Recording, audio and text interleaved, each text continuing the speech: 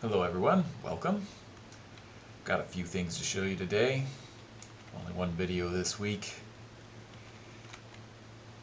I started creating one of these things I've seen elsewhere, decided I want to do for myself. These are stalactites and they form on these dripstones, at least when you're out in caves where they naturally occur. I gathered a bunch of these dripstones and stalagmites and brought them in and set up what you can see here. It's a bunch of cauldrons that have lava in them. Not all of them have lava in them.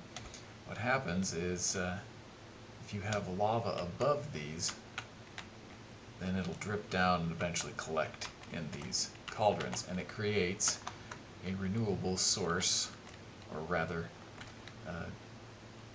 a slow but continuous source of lava source blocks.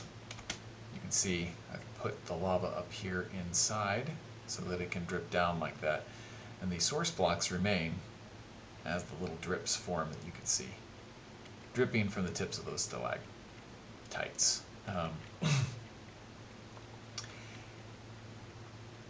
And why might I want to do that, you ask? Well, as it turns out, buckets of lava are very good fuel sources. I forget exactly what the number is, but I think I remember what the number is, but I'm not positive, that it is 108 items that it will fuel the smelting of. You see here I'm turning cobblestone into stone. I have cobblestone that comes in up here, and then the stone comes down out through here. And the buckets that had lava in them, as that fuel is consumed in the furnace, also come out down here, allowing me to come back and grab some more, toss it back in the fuel barrel over here, and I have a basically infinite amount of fuel. The lava will collect into these cauldrons just a bit faster than that furnace can possibly burn through them. So that's why I've done it. It's pretty useful.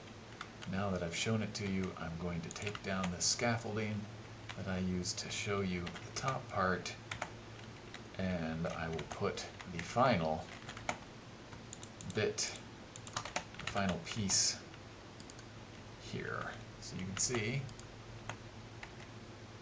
there's one of those little lava drips. Now this bottom of this iron farm that I built is also a lava farm. That's going to be pretty useful later. In fact, I think I will make another one of those furnace rooms like you saw in the Magma Cream Camp. Go check it out if you haven't seen it yet. And I'll fuel it with the lava buckets that I filled from these cauldrons. Also, referencing that Magma Cream Camp, I've started building another chicken farm like I had there, but didn't finish because I died. And I've started carving that into a hill like I did there. And it's already mostly done, but it's not quite done yet. It's going to have 3 floors just like the previous one, using skylights to light it instead of torches. I like that natural light. It looks nice, clean, white, as opposed to torchlight, which is very yellow. And you can see here that I tried to preserve the natural shape of the hill a little bit. There used to be some more dirt here. There was one more layer to this hill, and I carved it off because I needed dirt for something. I don't even remember what it was. Oh yeah, that's what it was. When I was creating that border area where no iron golems could spawn accidentally, I had to level that area there, and I had to fill in the hill over here a bit. You'll see this terrace here doesn't look entirely natural. There's a reason for that. I made this that way.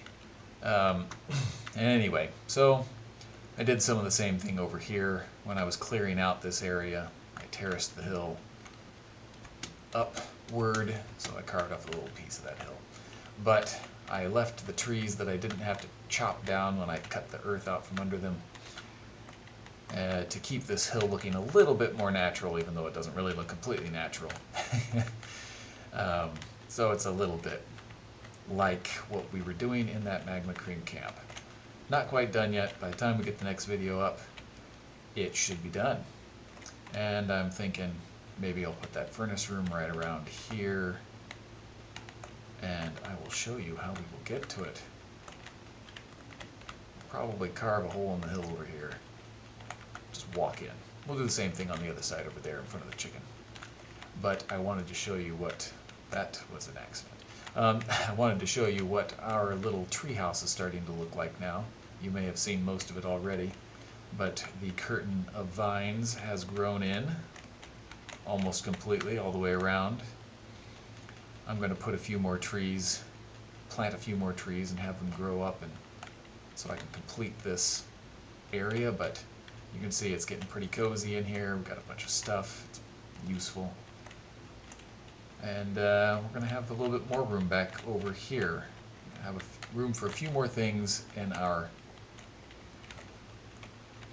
I'm going to call it a tree house, even though it's not very house-like. It doesn't really have walls. It has curtains. But those curtains are pretty cool. So you can see here I'm going to probably plant one more tree, maybe? Maybe a little bit more than that, we'll see. But, and then we'll figure out what we're going to do on the inside. Hopefully it looks pretty cool when we're done. I already like it. I think it'll look pretty cool. And we'll have a roof made entirely out of leaves. Isn't that neat? Well, thank you all for coming along on this tour of the recent additions. Next time, hopefully we can show you a completed chicken coop, maybe a furnace room. Maybe I'll even replace some more of those buildings over there with deep slate and birch like I did with the forage, you can see from here. Hope you all enjoyed this video. Hope to see you again soon. Have a good one.